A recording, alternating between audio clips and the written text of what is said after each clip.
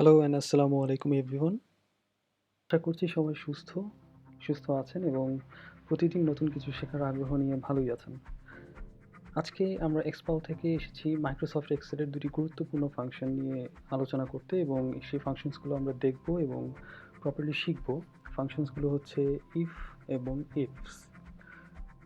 এই ফাংশনটি এক্সেলের অন্যতম এবং খুবই গুরুত্বপূর্ণ ফাংশনগুলোর মধ্যে একটি। এই ফাংশনটি একটিমাত্র নির্দিষ্ট শর্তের উপর ভিত্তি করে আপনাকে সিদ্ধান্ত দিতে সাহায্য করবে। শর্তটি যদি সত্যি হয়ে থাকে তাহলে এক ধরনের ভ্যালু আসবে এবং শর্তটি যদি মিথ্যা হয়ে থাকে তাহলে আরেকটি ভ্যালু সে আপনাকে দেখিয়ে দিবে। এখানে আমরা দেখি, আমরা যদি ধরি এখানে 20 যদি আমরা একটি নাম্বার ধরি এবং এই নাম্বারটিকে আমরা শর্ত ধরে যদি ইফ ফাংশন ব্যবহার করি তাহলে কীরকম দেখাবে।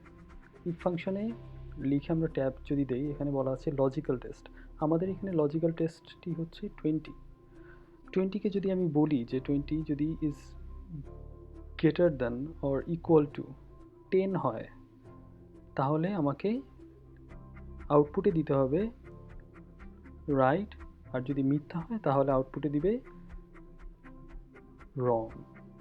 আমরা ব্র্যাকেট ক্লোজ করে এন্টার চাপি। যেহেতু এখানে রাইট দেখাচ্ছে কারণ 20 10-এর থেকে অনেক বড়, এখানে যদি আমি ভ্যালু চেঞ্জ করে 5 দিয়ে দিই তাহলে রং দেখিয়ে দিবে। এটি হচ্ছে ইফ ফাংশন, শুধুমাত্র একটি শর্তের উপর ভিত্তি করে আমাকে আউটপুটে ভিন্ন ভিন্ন ভ্যালুয়েশন দেখাবে। আমরা এখানে দেখতে পাচ্ছি এখানে একটি ডেটা রয়েছে যেখানে কতগুলো স্টুডেন্টের নাম আছে এবং তাদের মার্কস দেওয়া আছে। আমি ভ্যালুয়েশনে চাচ্ছি যে যারা পাস করেছে তাদের অটোমেটিক্যালি এখানে পাস লেখা চলে আসবে এবং যারা ফেল করেছে তাদের অটোমেটিক্যালি ফেইল লেখাটা চলে আসবে। এখন ইফ ফাংশনের মাধ্যমে আমি সেটা কিভাবে বের করতে পারি চলুন দেখা যাক। আমরা ইফ ফাংশন দিয়ে ট্যাব দিই। আমার লজিক্যাল টেস্ট হচ্ছে এই মার্কসটা আমরা মার্কসের ভিত্তিতে আমরা পাস বা ফেল আমরা নির্ণয় করব। আমরা পাস মার্ক ধরি 40 ধরলাম। যদি মার্কসটা পাস মার্ক 40-এর থেকে বড় হয় তাহলে কি লেখা দিবে, পাস্ট। আর যদি কম হয় তাহলে ফেইল্ড আউটপুট দিবে আমাকে। চলুন দেখা যাক, ব্র্যাকেট ক্লোজ করে এন্টার চাপি। এখানে দেখা যাচ্ছে পাস্ট লেখা এসছে কারণ 75 40-এর থেকে বড় নাম্বার। আমি যদি এখন এটিকে ড্র্যাগ করে নিচে নামিয়ে দিই, যেসব নাম্বারগুলো 40-এর থেকে বড় সেগুলোতে পাস লেখা আসবে আর যেগুলো কম সেগুলোতে ফেল লেখা আসবে। এখানে একটি খুবই ইম্পর্ট্যান্ট একটা জিনিস, যেহেতু আমরা বলেছি 40-এ পাস, তার মানে এখানে একজন 40 পেয়েছে কিন্তু তারপরেও এখানে ফেইল দেখাচ্ছে। এর রিজন হচ্ছে আমরা আমাদের ইকুয়েশানে মানে শর্ত অনুযায়ী আমরা এখানে ফাংশনটি ঠিকমতো দেইনি। এর কারণ হচ্ছে আমাদের এই ভ্যালুটা বড় অথবা 40-এর সমান হতে হবে, তাহলে পাস দেখাবে, আর তা না হলে ফেইল দেখাবে। এখন যদি আমরা এন্টার চাপ প্রেস করি এবং আবার এটাকে ড্র্যাগ করে নিচে নিয়ে আসি তাহলে দেখেন এই যে এখানে পাস লেখা চলে এসছে। খুব ইজি একটি ফাংশন ইফ, এবং এই ফাংশনটি দিয়ে আরও অনেক কাজ করা যায়। এই ইফ ফাংশনের সিনট্যাক্সটি আমাদের দৈনন্দিন কাজে, অফিসের কাজে এবং এই স্টুডেন্টের বিভিন্ন মার্কস নিয়ে কাজ করার ক্ষেত্রে সব জায়গায় আপনি এই ফাংশনটি ব্যবহার করতে পারবেন। এই ফাংশনটি খুবই ইম্পর্ট্যান্ট। তো আশা করব আপনারা আজকে নতুন কিছু শিখেছেন এবং হোপফুলি আমরা আরেকটি ফাংশন নিয়ে একটু পরেই কথা বলবো। ফাংশনটি হচ্ছে ইফস। এখন আমরা ইফস ফাংশন নিয়ে কথা বলবো। ইফস ফাংশনটি মূলত ইফ ফাংশনের একটি আপডেটেড সংস্করণ বলা যেতে পারে।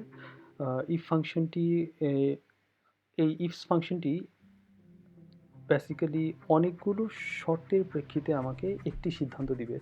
ইফ যেমন একটি শর্তের প্রেক্ষিতে আমাকে সিদ্ধান্ত দিত, ইফস ফাংশনটি আমাকে অনেকগুলো শর্তের প্রেক্ষিতে আমাকে একটি সিদ্ধান্ত দিবে। সেই সিদ্ধান্তটিও সত্য বা মিথ্যার আদলে আমাকে দিয়ে দেওয়া হবে।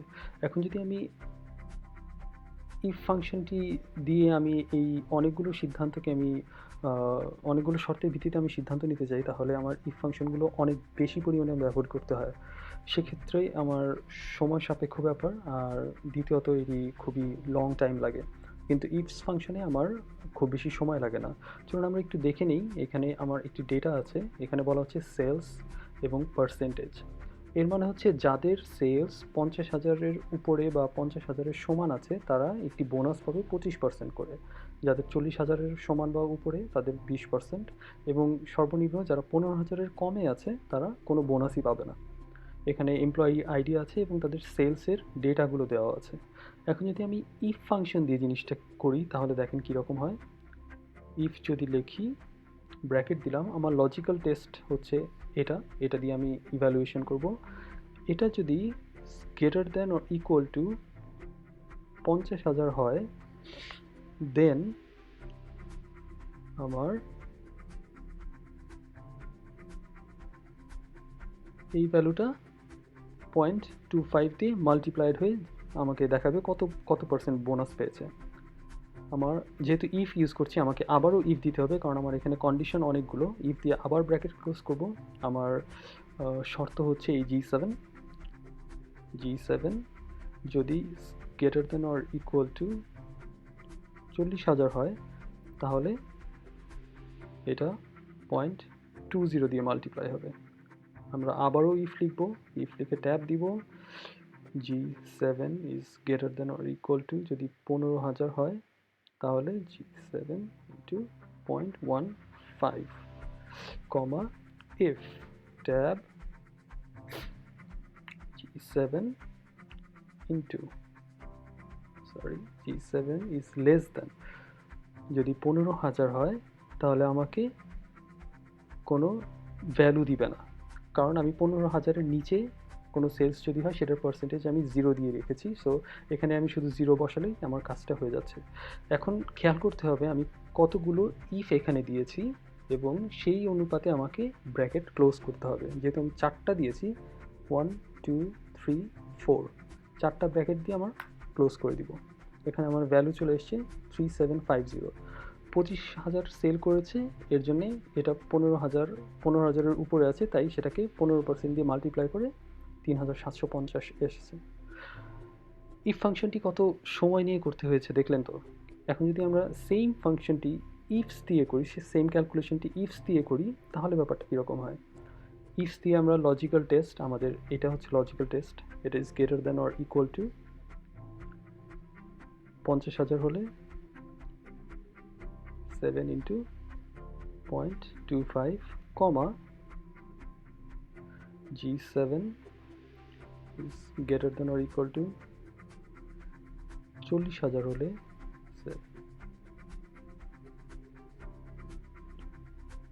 0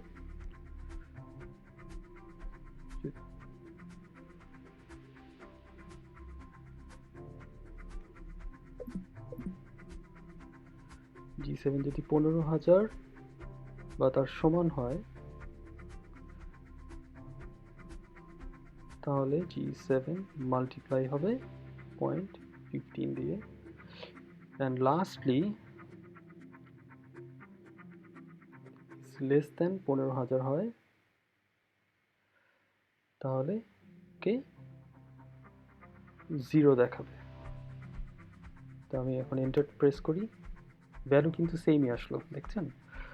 বাট আমার ইফস ফাংশনে আমার কোনো এক্সট্রা ইফ লাগে নাই, আর প্লাস আমার এক্সট্রা কোনো ব্র্যাকেটসও ইউজ করতে হয়নি, আর ফাংশনটি অনেক ছোট হয়েছে।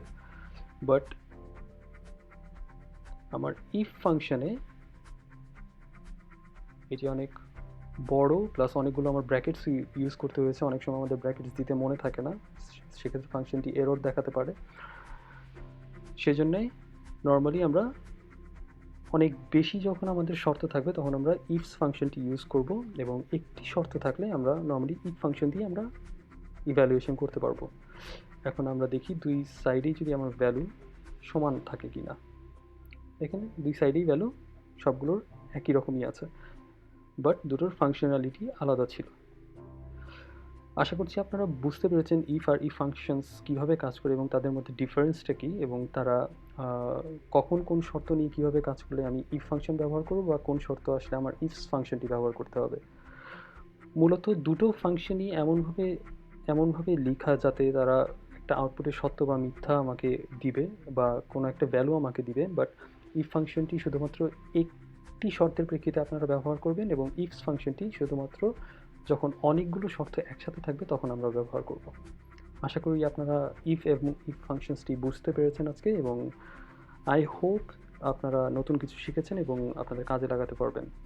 হোপফুলি আপনাদের সাথে আবার কথা হবে নতুন ভিডিওতে। দয়া করে কাইন্ডলি সাবস্ক্রাইব করবেন এবং লাইক দিয়ে শেয়ার করবেন যদি ভিডিওটি ভালো লেগে থাকে। See you in the next video. Thank you so much.